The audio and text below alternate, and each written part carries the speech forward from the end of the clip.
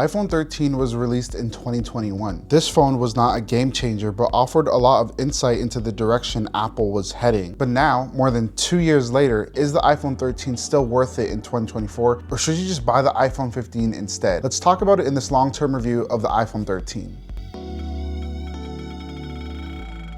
Now let's start off with a topic I don't usually start off with first, but I think it still matters in 2024, and that's the camera. The iPhone 13 camera is pretty solid. This phone takes pictures that are nicely saturated, not overexposed, and overall is a nice choice if you're someone that takes a lot of pictures with your phone. To remind you, this phone has a 12 megapixel lens with a wide and ultra wide option. And you can also do 2x zoom if you want to get close and still get great images. The images overall are very comparable to the iPhone 15, and that camera has a 48 megapixel camera at the back. That's a huge difference from a 12 megapixel camera, and that's only if you're getting technical. In real life, you probably would not be able to tell the difference between the two. The camera is also awesome for video as well, supporting up to 4K shooting. It has a cinematic mode and is well stabilized for when you're walking and filming. Overall, you're not going to compromise too much on quality because this phone camera is still pretty awesome. Moving on to the display on this phone is still really good for 2024 standards. The 13 is rocking a 6.1 inch HDR display with 800 nits brightness and 1200 nits peak brightness with HDR. Watching content on this or scrolling through X or Twitter, whatever you want to call it, checking emails, all that looks good on this phone. It's not going to strain your eyes. It's not a bad display at all.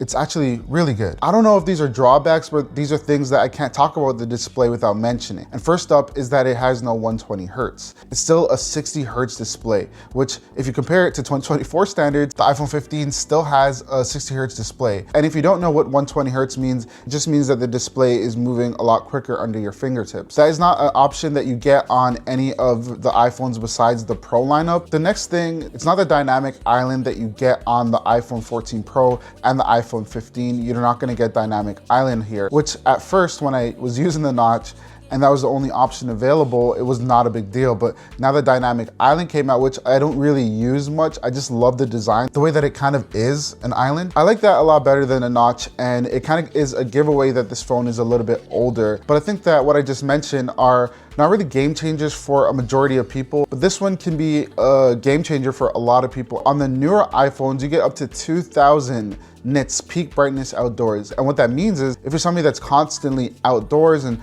on the go and using your phone outside, and you've always had to squint to see your display, you don't have to worry about that with newer phones. Now let's talk about the design. There is one major thing with the design that kind of makes this phone a no buy for a lot of people, and we'll get to that. But let's talk about some other design elements. So instead of focusing on the things that we all know by now, like what color it comes in, I'll just get straight to it and talk about the design of the 13 by 2024 standards. The iPhone 13 has the same DNA of the current lineup of iPhones. It was a bit more square than usual, not too curvy like the 15. The camera design is essentially the same as the 15. And if I dropped it in your hand today, I think that a lot of people will probably not be able to tell which one is the newer phone. But again, there's this one design change that you're gonna notice when looking at the iPhone 13 that is a game changer, and that is that it has lightning at the bottom. Of course, at the time that this phone was released, Apple was still doing all lightning everything. Well, in 2024, that's kind of changed. The AirPods Pro has been slightly updated with a new case that has USB-C.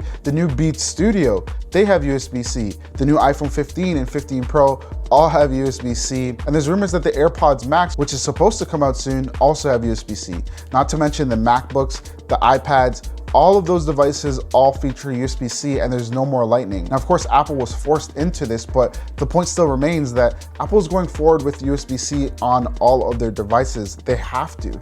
And that means that if you were to buy a phone in 2024, you might end up in a situation where you lose that convenience factor of having one cord for all of your devices. You gotta ask yourself, do you really want to carry around a phone that has a port that Apple is most likely going to stop supporting soon enough? Let's talk about battery. The iPhone 13 has pretty decent battery life. It isn't the battery life on the Plus, but it can get you through a workday, and it lasts around 8 to 10 hours for me with casual use, like using TikTok, surfing the web, using social media, and more. I don't necessarily have to worry about the phone dying. Plus, I work from home. I'm always at home for the most part, so I'm always near a charger. For people that aren't like me, people that go out often, it's not gonna get you through the entire day and then some, but it's definitely gonna get you through a workday with ease. And now the last thing I want to talk about is speed. So this this phone is rocking the A15 chip, which is the same chip as the iPhone 14, which came out last year. Now we're on the iPhone 15, which is rocking the A16 chip. There's not much of a difference between the two. I promise you, if you were to put them side by side, you're not gonna notice. So that kind of means that you're not too far behind if you buy a phone that came out 2 years ago. You're definitely not gonna find any lagging at all on this phone. It's still gonna work smooth. So in 2024, the iPhone 13, it does not check all the boxes. And one of those boxes, USB-C, is a huge game changer, kind of a blocker for me to recommend buying this phone. And looking forward and not backwards,